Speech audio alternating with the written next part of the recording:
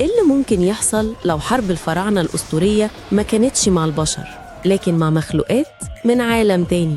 صلي على النبي واشترك في القناة ويلا بينا نبدأ. الحكاية بتبدأ من آلاف السنين لما قوة الفراعنة وصلت لأبعد مدى وسيطروا على كنوز الأرض، لكن قوتهم دي أثارت حقد وغيرة لمملكة قديمة وغامضة في بلاد فارس. المملكة دي ما كانتش مملكة بشرية، دي كانت بوابة لعالم تاني، عالم مخلوقات الجن. ملك الجن الفارسي شاف إن قوة الفراعنة بتهدد وجودهم وسيطرتهم على الأسرار القديمة، فقرر يشن حرب على مصر، لكنها حرب من نوع مختلف. ما جه بجيوش من البشر، لكنه أطلق العنان لمخلوقاته المرعبة، مخلوقات من الدخان والنار قادرة تتشكل في أي هيئة وتتسلل لأي مكان. في البداية بدأت تحصل حوادث غريبة في مصر،